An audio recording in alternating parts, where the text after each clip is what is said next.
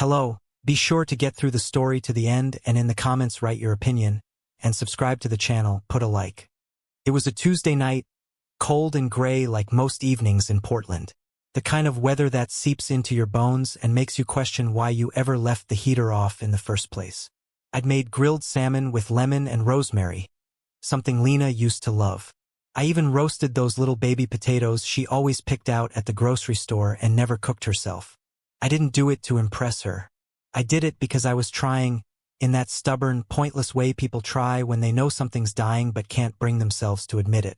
She sat across from me, shoulders hunched, scrolling through her phone. The blue light reflected in her glasses, hiding her eyes. I doubt she even tasted the food. She pushed the salmon around her plate like a kid, fork clinking against porcelain every so often. She hadn't said a word since we sat down. Not even a thanks for dinner. Not even a fake smile. Long day?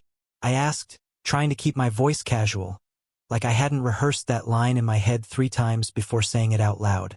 She didn't look up. I nodded, took a bite, chewed. The salmon was dry, overcooked. Maybe I'd left it in too long while staring at the back of her head, wondering who she was texting with that kind of intensity. I used to know all her expressions. The way her brow furrowed when she was annoyed or the little smirk she got when she was pretending to be mad at me. Now I couldn't read a thing. She was a stranger with my last name.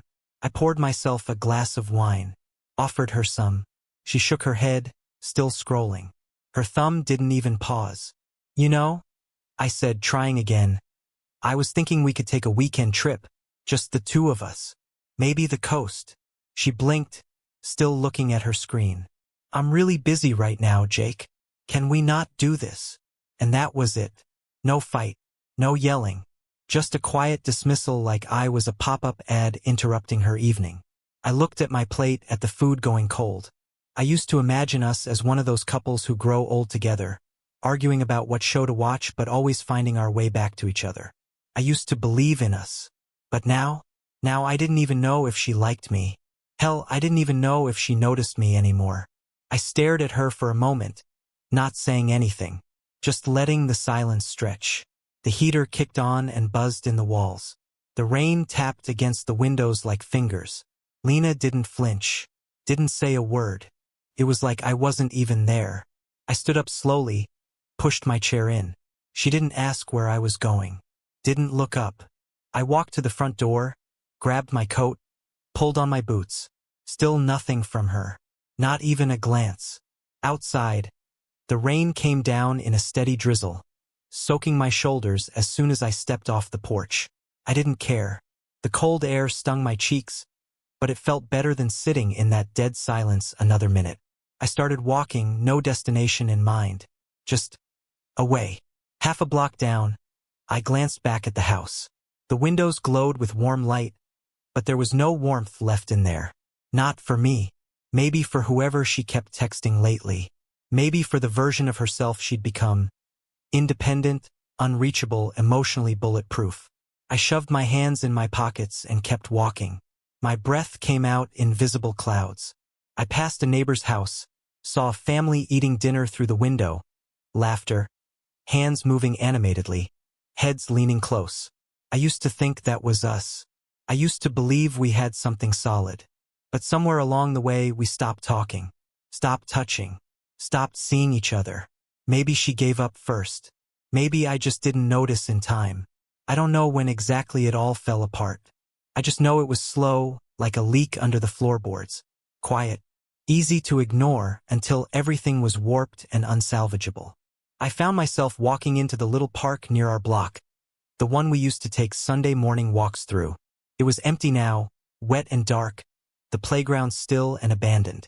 I sat on a damp bench, wiping off the seat with my sleeve. The rain soaked through my jeans, and I didn't care. I just sat there, elbows on my knees, staring at the puddles forming on the path. And for the first time in months, maybe longer, I let myself feel it. The anger, the loneliness, the shame of being in a marriage that felt more like a hostage situation than a partnership. I had spent so long trying to fix things, trying to be the glue. But glue only works if both sides want to stick.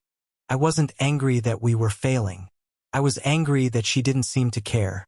I thought about going back. Back to that silent dinner table, back to the half-eaten meal and the woman who used to reach for my hand under the table just because. But something in me refused. I wasn't going to beg for her attention anymore. I wasn't going to keep trying to fix something she had already decided was broken beyond repair. That quiet dinner, with her eyes locked on her phone and her voice nowhere in the room, that was the moment it ended. Not officially, not dramatically, but that was when something shifted inside me. When I stopped believing she'd ever come back to the version of herself I loved. She didn't take anything from me. I handed it over, my time, my trust, my patience. Bit by bit, over years of silence and subtle neglect. But I realized something as I sat there, the rain dripping off the hood of my coat. She only had power over me because I kept giving it to her. And tonight, for the first time, I stopped.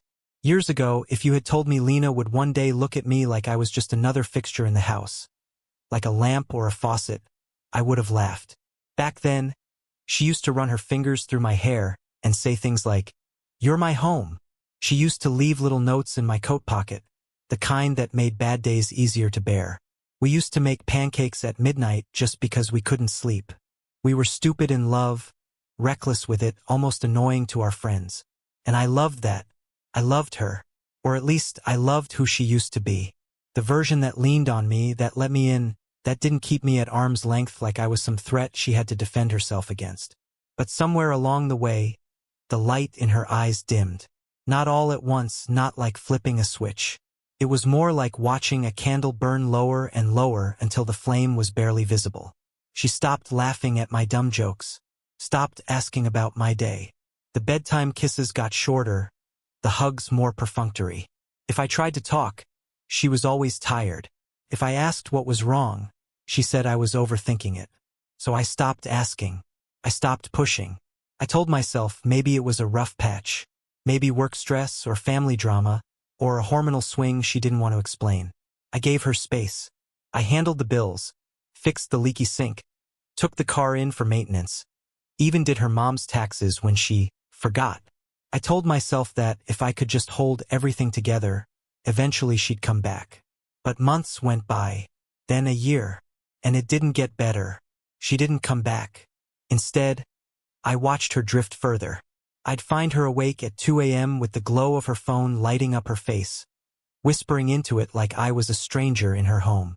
I'd walk into a room and she'd flinch, quick to lock her screen or change tabs. I wasn't stupid. I noticed. I just didn't want to believe what those signs were trying to tell me. Because once you see it, really see it, you can't unsee it. You can't pretend you're not being phased out of your own relationship. And still, I gave her the benefit of the doubt. Maybe she was going through something she didn't know how to talk about. Maybe she needed time. Maybe. That word became the only thing holding me together. A word that meant nothing but held everything. Until even that started to crumble. It wasn't just the phone. It was how she didn't touch me anymore. Not in passing, not in comfort. She used to reach out just to rest her hand on my chest while we watched TV. Now we watched in silence from opposite sides of the couch, like roommates with separate lives. She used to hum in the kitchen, play old playlists we made in college. Now silence, or true crime podcasts, or nothing at all. One night I brought her flowers. Not for any special occasion, just because I missed her. I picked up her favorite kind, those pale blue hydrangeas that made her eyes go wide the first time I surprised her with them years ago. When I gave them to her, she barely looked up from her laptop. "Oh," she said. "Thanks." That was it. No smile, no kiss, no warmth. She set them on the kitchen counter and went back to typing. I stood there for a moment, holding the grocery bag with her almond milk and protein bars, and realized I felt like a delivery guy. Not a husband. Just someone checking boxes in a life that no longer included me. There was no single blowout fight, no epic confrontation. Just thousands of tiny cuts. And I kept bleeding in silence, hoping she'd notice. She never did. Eventually, I started keeping more to myself. If I had a bad day, I didn't bring it home. If I had a good one, I didn't share it. I figured, why bother? It wasn't that I didn't want to talk to her. It's that I knew she wasn't listening. She was physically present, but emotionally? She'd been gone a long time. And I know what people say, relationships take work. Marriage is hard. You have to push through the tough seasons. But this wasn't a tough season. This was erosion. A slow, grinding wear that turned something solid into dust. And I was the only one trying to sweep it up. I started noticing things. How she smiled wider when her phone buzzed. How she started wearing perfume again, but never when we went out. Only when she was meeting a client or catching up with an old friend. I knew what it looked like. I'm not naive. But even then, I didn't confront her. Maybe because I was afraid of hearing the truth. Maybe because some part of me thought I could still fix it. That if I just held on a little longer, she'd remember what we had. But now, thinking back to that dinner, to the way she scrolled through her phone while I sat across from her like a damn ghost. That was the end of something. Not the legal end. Not the official end. But it was the moment something inside me broke loose. Because here's the thing, they don't always leave you with a bang. Sometimes they just stop coming home, even if they walk through the door every night. Sometimes they leave you with silence, with the slow burn of being ignored until there's nothing left but ashes. I stopped running through excuses in my head. Stopped wondering what I'd done wrong. I realized I had spent too long trying to carry the weight of two people. That no matter how much I gave, it would never be enough if she didn't want to meet me halfway. That dinner, the one with the salmon and silence and scrolling, it wasn't just disappointing. It was the proof I needed. The proof that I was done begging. Done performing. Done hoping. And for the first time in a long time, I wasn't sad. I was just done. I started waking up before the sun, before the sky even hinted at blue. Not because I had work or errands or anything urgent waiting. I just couldn't take the mornings anymore. The silence between us had become something physical. Heavy. Loud. I'd lay there beside her in bed, staring at the ceiling while she slept with her back to me. Her breathing soft and steady like nothing was wrong. Like we weren't living in a house full of ghosts. Eventually, I just started slipping out before she woke up. Grab my shoes, my keys, head out into the chill without even brushing my teeth. I needed air, movement, anything to remind myself I still existed. I started running again. Real running. Not the casual jogs I used to do to say I'd gotten a workout in. I'd hit the trails in Rosemont Park before the dog walkers showed up, before the sun cut through the trees. The cold burned my lungs at first, and my legs hated me those first few weeks, but there was something good in that pain. Something real. Every step felt like I was outrunning the version of myself I'd let wither away. After the runs, I'd end up in these little cafes. Ones we used to go to together, now places I reclaimed as mine. I'd sip bitter coffee, sweat still drying on my skin, and just be. No phone buzzing. No shallow conversation. Just me. I started writing in an old notebook I found in the back of my closet. Thoughts, fragments, memories. Sometimes it was messy, incoherent, even angry. But it helped. Gave me something to pour into that wasn't her. Funny thing was, people started noticing. Baristas remembered my name. One of the girls who worked at the gym smiled at me like I wasn't invisible. Not in a flirty way, just like I was there. Like I mattered. But I wasn't doing this for them. I wasn't trying to be seen again. I was trying to find the parts of myself I'd buried over the years. The hobbies I'd dropped. The friends I lost touch with because she didn't like how immature they were. The goals I shelved because they didn't fit into the picture-perfect life we were building, or pretending to. I reconnected with an old friend from college, Caleb. We used to be tight, but he moved down to Eugene for work and we kind of drifted. He hit me up on social media out of nowhere. Just a simple, "Hey man, you good?" I stared at the message for a long time before replying. I almost didn't. But something in me needed someone who knew the old me, before the compromises, before the dimming. We started texting, then talking, then meeting up for Blazers games and grabbing beers afterward. I laughed more in one night with him than I had in the past 6 months at home. Not because he was some kind of comedy genius, just because I could breathe. It wasn't like I stopped going home. I still showed up, still cooked dinner some nights, still did the laundry, but my head wasn't buried in the fog anymore. I wasn't waiting around for her to notice me. I stopped asking about her day. Stopped pretending I cared what book she was reading when she obviously didn't want to share anything real with me. She noticed the change, of course. Not at first. But over time, her eyes would flick toward me a little longer at the dinner table. She'd ask why I was smiling after getting a text and act like it was no big deal. She never came out and said anything, but I could feel the shift in her energy. Like maybe, just maybe, she realized I wasn't sitting around on standby anymore. Still, I didn't talk about it.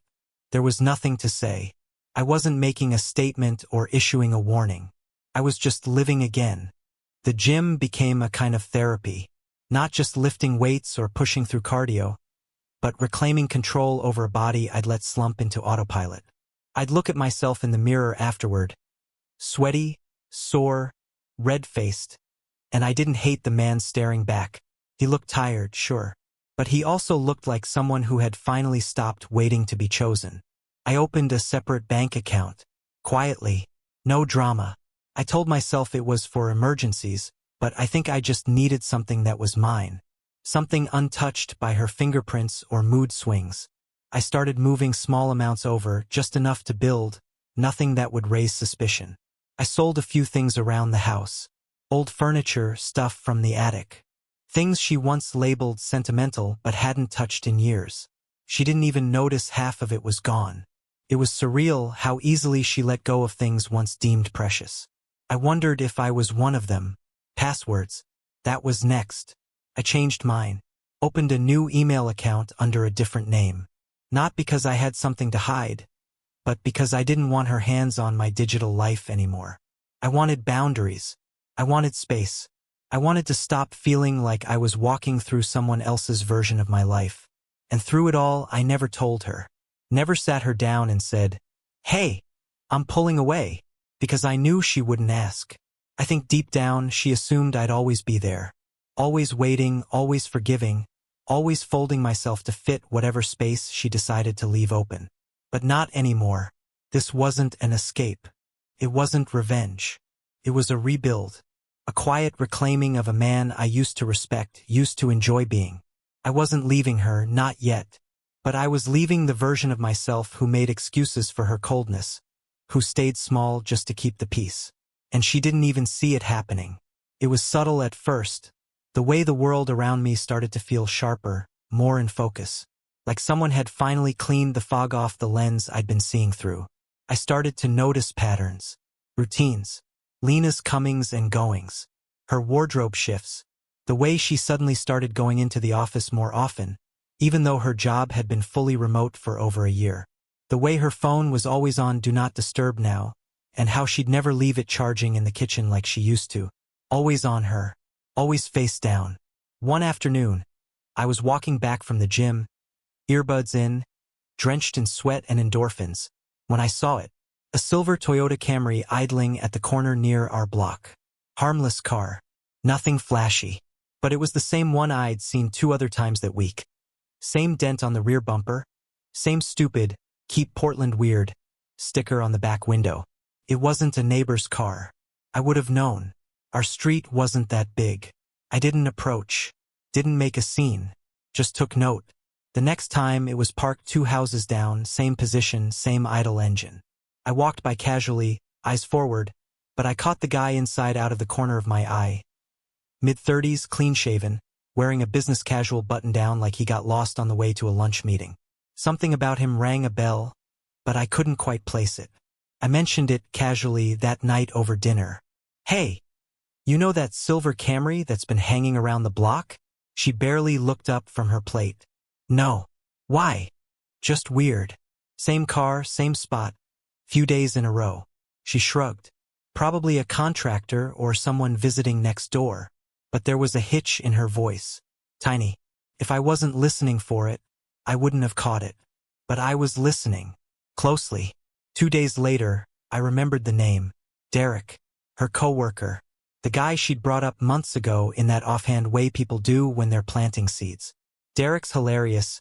He reminds me of a golden retriever," she'd said, laughing too loudly. "He fixed my router in like 2 minutes. Dude's basically IT support." She said it like it was nothing, but now it all came rushing back. The way she started working late shortly after. The way she talked about her team offsite that ended up being 3 days long and in a rented Airbnb. The sudden urge to reconnect with professional goals that somehow required overnight trips. That night, after she went to bed, I remembered the old iPad we used to use before we each got our own laptops. It hadn't been touched in ages, just sitting in a drawer under a pile of takeout menus and expired coupons. I plugged it in, waited for it to come back to life. It was still logged into her cloud account. I shouldn't have looked. I know that. But when you live in a house full of secrets, you start craving truth like oxygen. There were calendar entries labeled Project Work Retreat and Career Focus Weekend, all vague enough to sound legit, but booked at cabins and rentals far from any real work obligations. There were emails, too. I found one from a rental service confirming a booking at a cabin out near the coast. The email was addressed to her, but the payment came from a card with the name Derek M. I stared at it for a long time, feeling like I was watching the ground split open beneath my feet. The signs had always been there, but this was confirmation. Cold, practical, real. It wasn't just emotional distance.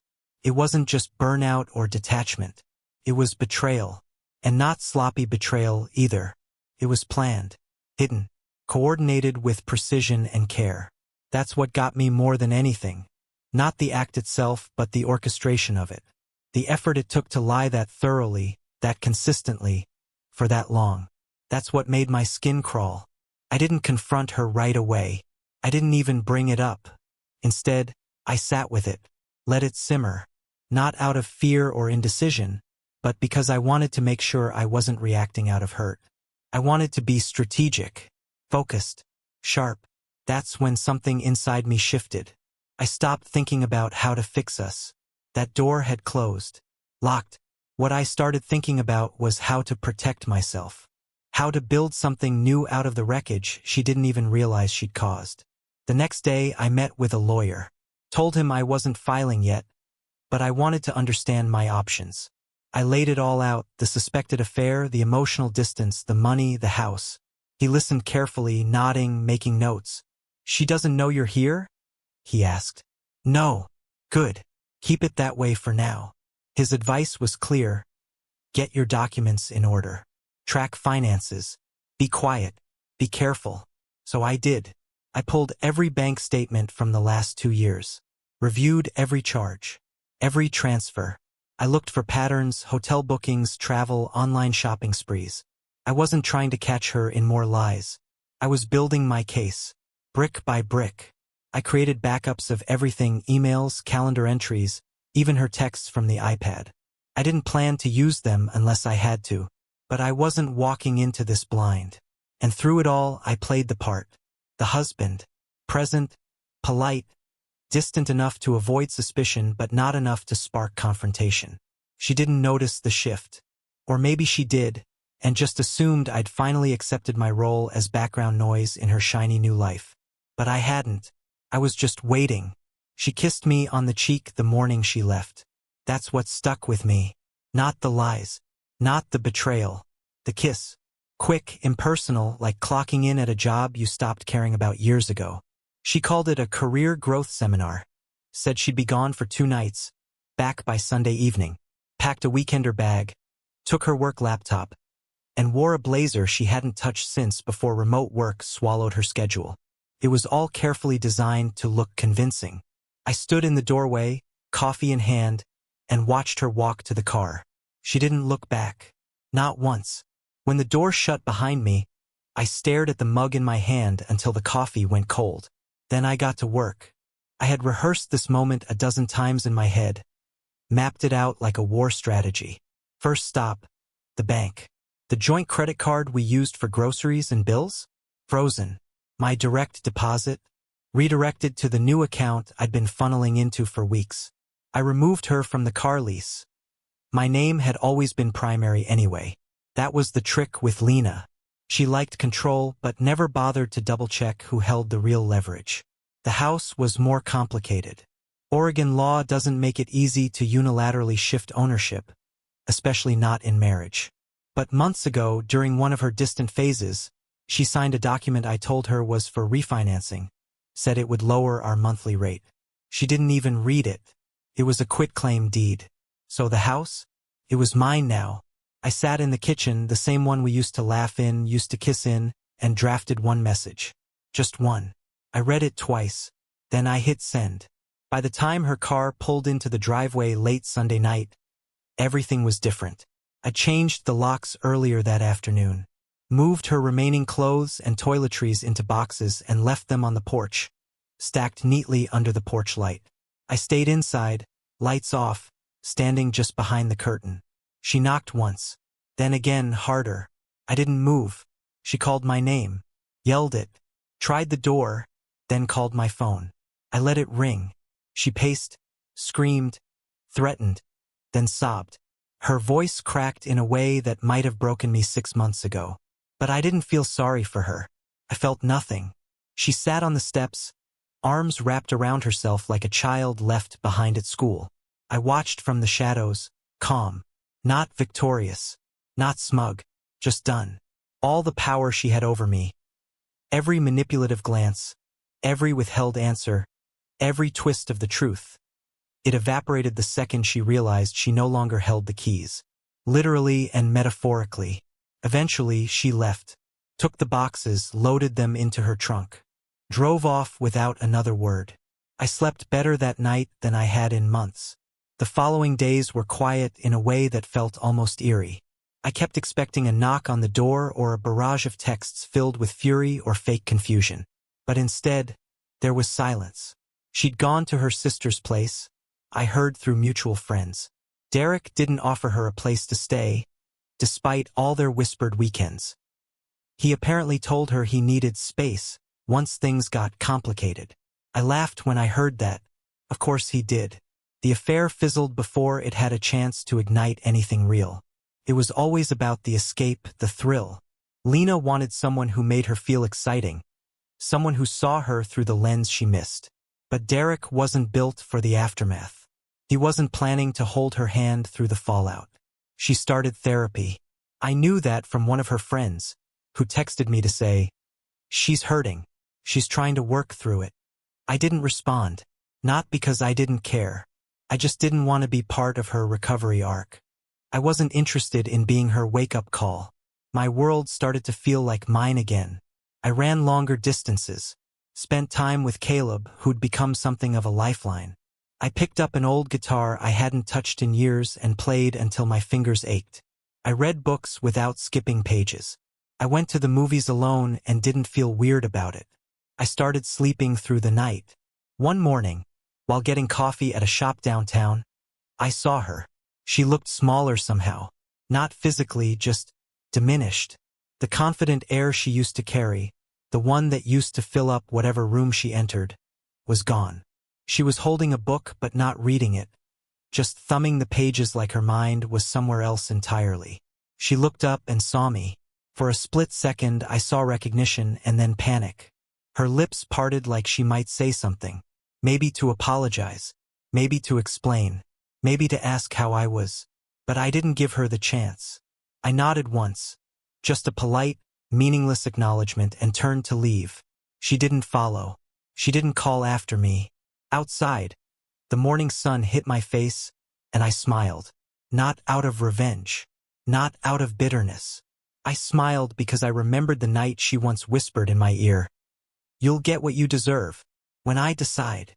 And in that moment, standing in the daylight, free, I realized something simple and powerful. She never had power. She only had permission, and I had finally taken it back. The days turned into weeks, and life kept moving, as it always does after something falls apart. I didn't mark the calendar, didn't note the anniversary of the night I changed the locks or the morning I walked past her in that coffee shop without a second glance. But I felt the shift, quiet, steady, like a new current in my bloodstream. There was no dramatic moment where everything clicked into place, just a series of little ones. Mornings I woke up without a knot in my chest, evenings where the house didn't echo with the ache of absence. Weekends I didn't spend wondering where she was or who she was with. People kept asking if I'd heard from her. Some genuinely curious, some fishing for gossip, some still trying to process what happened themselves. I never gave them much, just a shake of the head or a tight-lipped, "Nah, not really." It wasn't a performance. I just didn't see the point of dragging the story through the mud for entertainment. What had happened was between her and me, and maybe Derek, if he hadn't already slithered off into the next mess of his own making. There were things I could have done. Blasted her on social media, sent the proof of the affair to her boss, made the divorce uglier than it needed to be. I didn't. I never even used the emails I'd saved, the calendar screensh *TS, the booking confirmations with his name on them. I didn't need to, because the real satisfaction wasn't in revenge. It was in distance, in watching her life shrink without me in it. She tried, of course. Not right away, but eventually. A couple of emails came through my new address, which she must have gotten from someone I forgot to cut off. They weren't angry. They weren't begging. Just soft, meandering, like she was testing the water to see if I'd bite. "Just thinking about you today. Hope you're doing okay. I had a dream about us." It felt real. No apologies. No ownership. Just those little manipulative breadcrumbs people leave when they want you to come back on your own, so they never have to say the words themselves. I didn't respond. There was one message, though, weeks later that stopped me. It came late one night, timestamped just past 2 a.m., and all it said was, "You were always better to me than I deserved." That one I stared at, read it twice, then a third time. It was the closest thing to truth she'd ever given me. Not quite enough, but close. Still, I didn't write back, because by then, I was somewhere else entirely. I'd moved into a smaller place across the river.